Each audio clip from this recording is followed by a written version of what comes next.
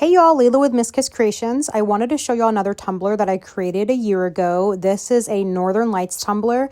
I wanted to slow this down and do a voiceover since I'm laid up in bed in recovery mode, so I have nothing else to do except for find all these old videos and do voiceovers. So I glittered this tumbler and then I applied a coat of epoxy over, and I waited until the epoxy was completely cured for at least 24 hours before moving on to this step. I took some makeup wedges that I purchased from the Dollar Tree years ago, and I always reuse them, and I applied some alcohol ink to the wedges, and now I'm applying the alcohol inks to the tumbler.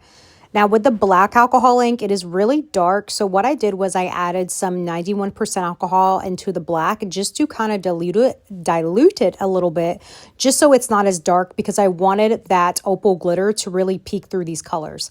Once I added the black alcohol ink, I went right in with some green alcohol ink, and I don't really know the color names, I'm sorry, but I do mostly use Tim Holtz, Pinata, and TRex alcohol inks. And if you haven't used alcohol inks before, whenever you apply inks to tumblers or epoxy, the inks, they dry very quickly.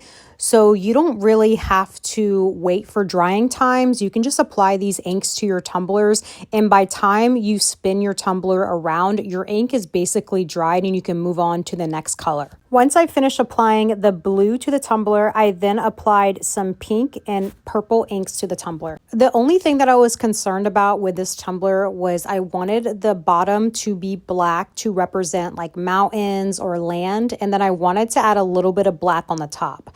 So I added some 91% alcohol and some more black ink to my sponge brush, and I added a little bit of black to the top. I wanted that purple pinkish color to fade with the black. My other concern, I guess, with this tumbler was to make sure that whenever these colors touched each other, that when they mix, they make a nice color. So I didn't want the green mixing with the purple. I wanted the green mixing with the blue and the blue mixing with the pink and the purple, just to have those colors complement each other.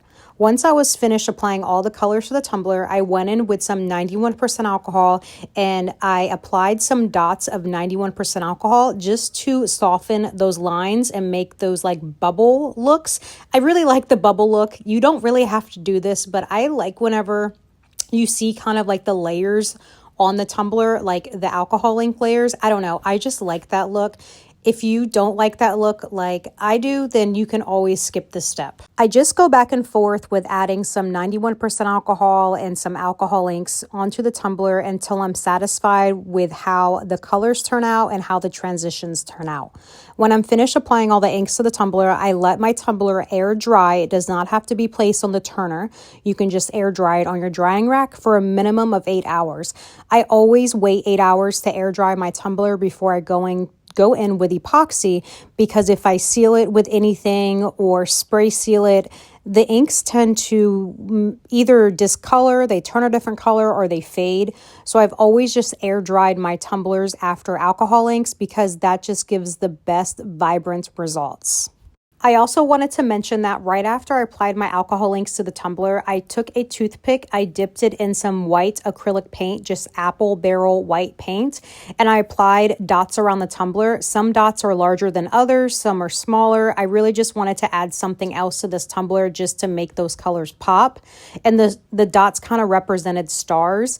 I did this right after I applied the inks to the tumbler, so when I was finished with adding the acrylic paint, that's whenever I let my tumbler dry for 8 hours before moving on to epoxying it. I use Flynn's Sister Supply Shop epoxy. I am affiliated with her, and I do have a 10% off code that will be listed on this video. And you can see how vibrant those colors are, and you can see how clear that epoxy is with this tumbler. I really wanted to diffuse the colors on this tumbler so I can have that glitter peek through those inks and just add extra shine to this tumbler. Once that epoxy coat was cured, I found some silhouette trees from Creative Fabrica, and I just sized them in different sizes and shapes. So I just added them where the black ink was to make kind of like a shadow effect, and I added them in pairs. I just randomly added them around the tumbler. So I really think this really tied the tumbler together, and it made it look like the sky and northern lights. I'm going to go through my camera roll and try to see if I have a final video or photo of this tumbler so I can show you all the final results. And here's how the tumbler turned out After you apply your decals to your tumbler, you want to add 2 thin coats of epoxy to seal in that decal, to seal in the design. You can sand between coats, but make sure you're adding 2 thin coats instead of 1 thick coat. Thanks for watching. Bye!